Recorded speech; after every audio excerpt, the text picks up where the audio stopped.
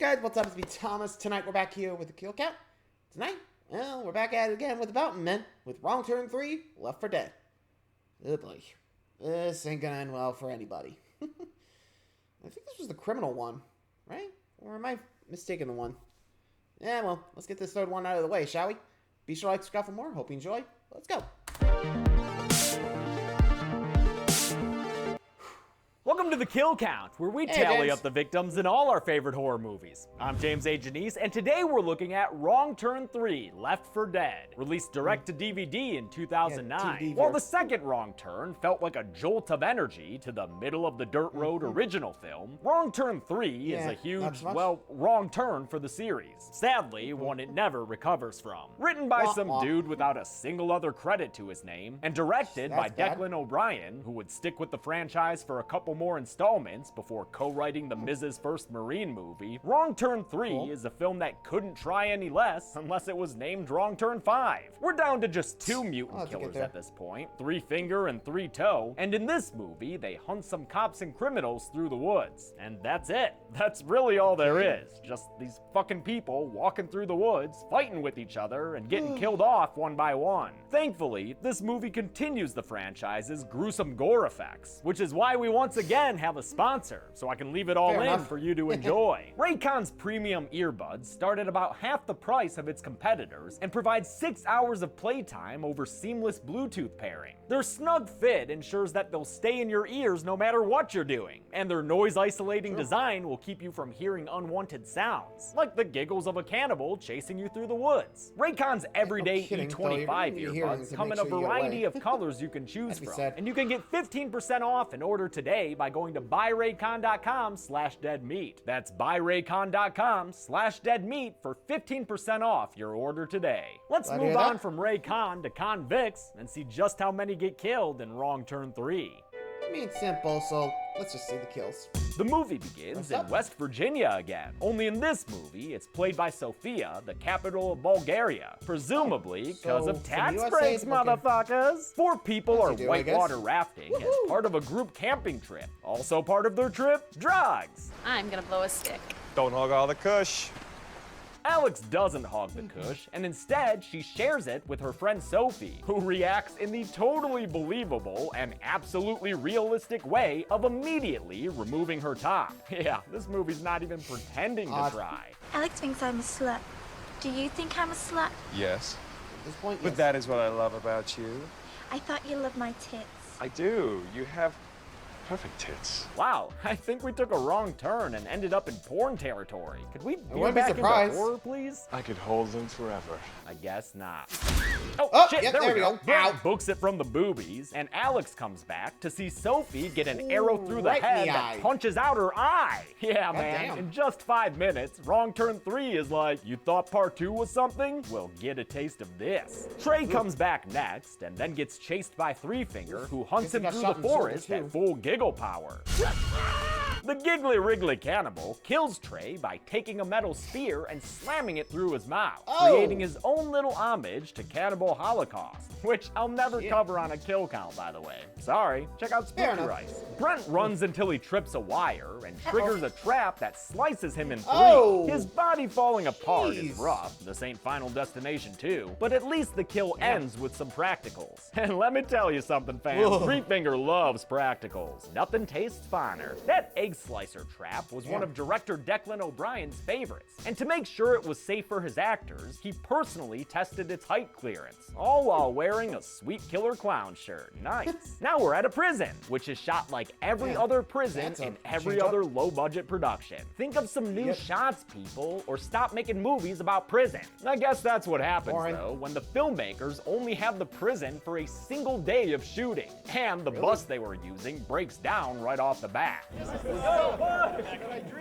The prison politics we kind of need to know here is that gang leader Carlos Chavez is paying neo-Nazi Floyd to help him break out during a prison transfer next week. Actor Tamer Hassan there hasn't been on the kill count before, but he was a background call in an episode of Game of Thrones, so, you know, that's kind of cool. To Chavez's surprise, his transfer ends up being tonight, not next week. The prison staff got wind of the escape plan and are shutting it down before it can happen. Other try. prisoners slash future victims who are being transferred alongside Chavez include the carrot-colored Crawford, who's in for stealing cars, and Brandon, an ex-soldier who claims he's innocent of the murder he was convicted for. Neo-Nazi Floyd's along for the ride too, as is Chavez's number 2, Willie, who's actually an undercover U.S. Marshal, as revealed to prison guard Nate earlier on.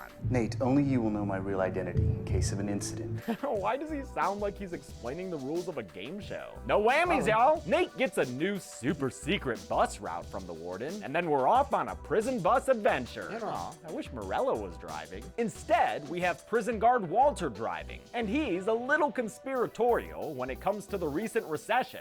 The World Bank is owned by 12 motherfuckers who run our lives. Whew, okay. I was real worried about what he was gonna say before he landed on motherfuckers. Walter's a Yeah, probably for the best. I don't think they need to piss anyone off at this point. Just, yeesh. You only have a ready. 2009, huh? Almost forgot to look. Alright, moving on. friend of Nate's, our tall, bland main character, who just wants to retire, even though he's like 25 or some shit? I don't know, the dude's boring. Their secret transfer route takes them through the mountains. The same mountains that are home to Three Finger and Three Toe, that mutant baby from the end of part 2, who, by the way, was born to Ma Cannibal, not Sister Cannibal, like I erroneously said in last week's episode. Sorry for getting it wrong, but hey, it led to that pulling out joke, so I'd say worth it. That mutant baby has grown into a healthy, or kind of, mutant boy, and his uncle Three Finger has been teaching him the ways of the mountain cannibals. During the transfer, another vehicle comes upon the prison bus. Uh-oh, bad time to have no signal. Nate and Secret Agent Willie are worried this is Chavez's escape attempt, but we all know who's driving that tow truck and slamming into the prison bus like they're playing Twisted Metal. A dangly bit of barbed wire messes up the bus's tire, which causes it to fly through a guardrail and crash like a total son-of-a-bitch. Holy shit, that was awesome. Love a good car crash stunt. O'Brien wanted to bring an action element to the movie, and to his credit, those moments are the only times it's halfway decent, because, you know, stuff is actually happening then. I love that they literally buried a camera in the side of a hill in order to get a good action shot of the bus crashing. The bus catches fire, so Nate climbs out the back and helps the injured prisoners out of the burning vehicle. Chavez attempts an improvised escape, but is stopped by another marshal named Breslow. Whew, glad we avoided that. Oh shit, got a knife in the neck, folks. Repeat, a knife in the neck. One more time, a knife in, oh, well, it's out of the neck now. Thank you. Arrows start flying at the prisoners, showing them that whoever's doing this isn't on their side, because anyone breaking them out would probably be using guns. I know I'm a redneck, but a bow and fucking arrow? After the attack subsides, Nate goes back to the bus and rescues Walter in the nick of time, avoiding a big old bus explosion that, in real life, was a big old bus explosion. Easy to get good reactions from your cast when you're actually blowing shit up. The guards are held hostage by Chavez and the rest of the chain gang, who are keeping them alive since Nate's a local boy and can lead Chavez to a phone. As they make their way through the woods, Alex jumps out and slaps at Nate. Yeah, Alex! Remember her from the beginning of the movie? That crucial camping plotline? She's back! Great! Let me go before it finds me. Sorry, lady, you're stuck in this movie now. So just go ahead and catch everyone up about the franchise they're in.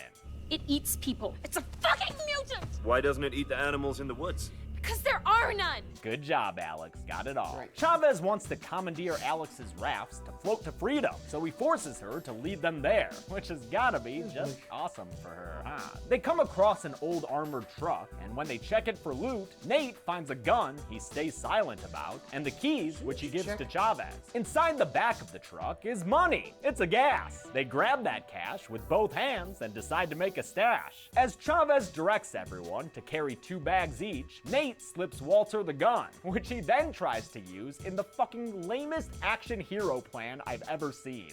They say money's hard to spend when you're dead. Damn, did that And not this go is why well? you always And check your Chavez gun. is not a forgiving man. He executes Walter right there, and it works real well as far as making a kill feel sudden and ruthless. At least this movie has fleeting moments of quality every, I don't know, what, 20 minutes or so? The rest Probably. of them continue on their way until a woods trap goes Oh, off, it's up. and they get super slow motion ambushed by Three Toe. But this mutant in training is no match for a hardened group of criminals, and after taking the deformed boy down with a gun, Chavez decides to send a message to the fully grown Three Finger that Alex says is still out there. Floyd holds Three Toe down as Chavez steps over and decapitates him. It's done off screen, but we do see the head on a spike later when Three Finger finds it and gets sad. You know, hard for me to feel bad for this mutant cannibal. He's so cannibalistic. They get to Alex's rafts, but before Chavez can use them to steal all this money away, Nate stops his plans with a little stabby stabby. That gets the prison guard beat up, of course, but since Chavez still needs all his money mules, he stops short of killing him. They then come across the key to unlock their ankle chain, Wait, but stop! it ends up being a trap that kills the undercover Marshal Willie by slicing his face Whoops. off. Huh, the Two-Face character has no faces now. Since this corpse Yep. Whoops. Yeah, dude. There's... Chavez, that was on you. Like, seriously, you see a key hanging there, but like... Wait, is there a trap? I mean, seriously, did you not look around? Always look. Ay, ay, ay. Poor Willie. corpse is still chained to them, Chavez frees himself and adds some extra gore to the film by cutting off Willie's leg. Floyd does the same with the other one, cause everybody loves extra gore when your video is sponsored. Splurty splurty. They come across a, what is this, an old-timey trading post? And find a crowbar to finally pop the shackles off their ankles. So much freedom! What are you guys gonna do with all that freedom? Oh man, I gotta go pinch a loaf. Well, it's no Disneyland, but I get it. Brandon, that ex-soldier prisoner who says he's innocent, tells Nate he wants to help him turn the tables, since he knows, in the end, Chavez will kill all of them for the money, which isn't quite as bad as being killed for food, I think. The prisoners find the tow truck that ran them off the road, and Chavez directs carjacker Crawford to go get them a new ride. But by this point, Three Finger might as well be called Jigsaw Tooth, because he's setting up traps all over the place. And boy, do they leave you bloody. Okay, bye. Crawford is dragged down the road and killed after losing way too many dermises. The still burning prison bus is found by Sheriff Calvin Carver, who, full transparency here, has been in this movie the whole time. But I haven't mentioned him yet because all the scenes with him and his deputy Allie Lane are as pointless as all the scenes I've been skipping of people walking through the woods. Speaking of which, in one of those countless scenes, Floyd and Chavez get into a fight. Nate and Alex flee during the chaos, while Brandon sticks it out to watch Chavez win the very violent fight and take a little victory spin. The two of them leave Floyd behind, and Brandon tells Chavez he'll help him carry the money for free as long as he gets to live. He also convinces him that an armed soldier might be good to have around in case they get three-fingered again. Despite the loss of his nephew, the lonesome cannibal is living his best life, making severed head stew and loading a whole crate of cocktails into his truck. Much better sitch than Nate and Alex, who have to keep walking but are tired. Come on. No matter, they're shortly jumped by Chavez, rendering even more of their scenes entirely fucking useless. Wow, this script is garbage. For the bajillionth goddamn time, Chavez threatens to kill Nate, but before he can follow through with it this time, a Deus Ex Dogina shows up and stops him. This good boy is Sheriff Carver, who's incredulous at the news of a cannibal hillbilly running around. Hillbilly? That can't be. Pretty sure it can be, dude. In fact, here's some proof. Damn, how many cannibal Holocaust kills we about to have up in this bitch? The badly beaten Floyd stumbles through the forest, still alive, and finds the money that Chavez stashed when he went to go recapture Nate and Alex. As he becomes a sort of Grand Larson Santa Claus, a bunch of US Marshals, who seriously need to iron their pants, make a plan to go look for the prisoners, acting on a radio call that came in from Sheriff Carver before he got spit roasted. Chavez discovers that his money is missing and figures it must have been Floyd, whom he hears climbing across a bunch of boulders. Floyd starts to make it rain, but before Chavez can stop him from wasting all that cash, Three Finger appears and lights the neo-Nazi on fire with one of his And the money, cocktails. too. The guy screams in pain as the flames consume him, and then he dies on the rocks, a crispy husk of racism. While a stunt performer was used for most of this death, at least one shot was of actor Gil Colleran doing the fire stunt himself. It's really him there. I was approached and said, "Do you want to go in flames?" And I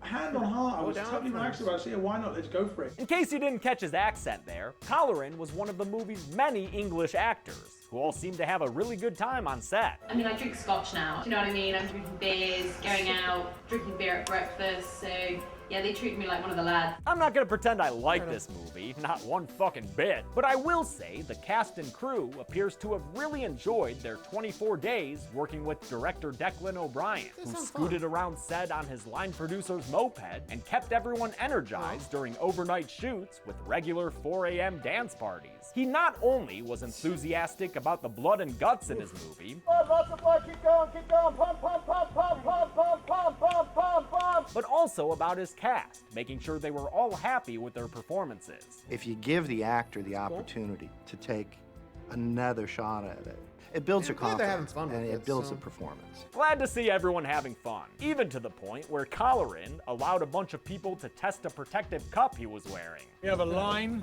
of people who want to kick me in the nuts. Declan, number 1. Emma Hassan, Chavez.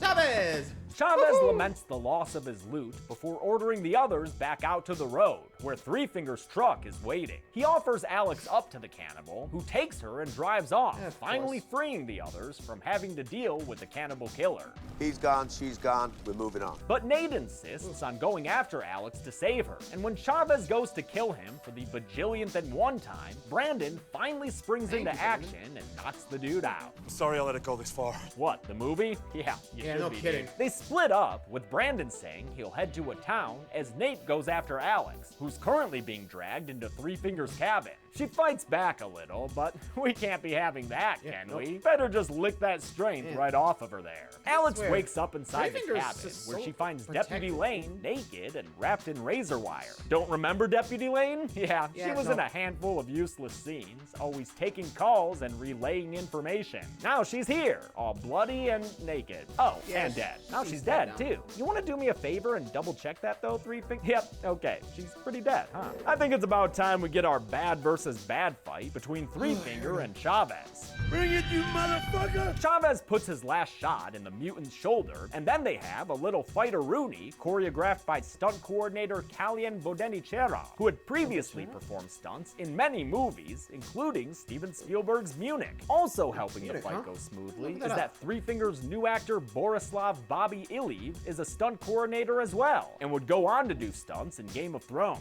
Chavez nearly kills the cannibal with a hatchet, but gets his arm sliced open instead. Three Finger hooks him in the stomach, then in the back, and finally kills Chavez by putting him against a tree and cracking open his skull with the hatchet. He scalps and de-skulls the criminal, finally getting to the dead man's delicacy inside. Yeah, buddy, gotta get that jiggly jello brain meat. It's the tastiest part of all. Nate, using the dead sheriff's good boy, finds Three Finger's cabin, which is just full of odd decorative choices. I'm not gonna count any of these body parts as kills though, because who knows again, how no many full belong bodies. to Makes victims sense. I've already counted. Nate finds and frees Alex, but when they go to leave the cabin, Three Fingers waiting for them behind a door. There's a lot going on in the subsequent fight, including a sound effect used that sounds exactly like a dog's squeaky toy.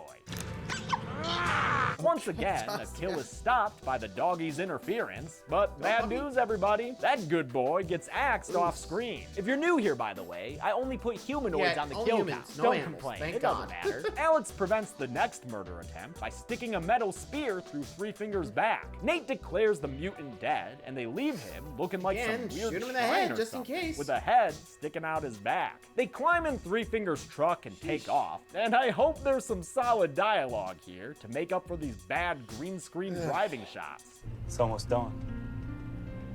Finally made it. They made it through the night. Thank you, Nate. Guess not, though. Three Finger appears in the middle of the road and gives us more bad off. green screen shots as he hooks his way onto the truck and walks across the bed to try to hack into the cab and kill them. He gets Nate in the shoulder, but before he can climb in through the window, the truck crashes with another ill-chosen sound effect, the Wilhelm goddamn scream.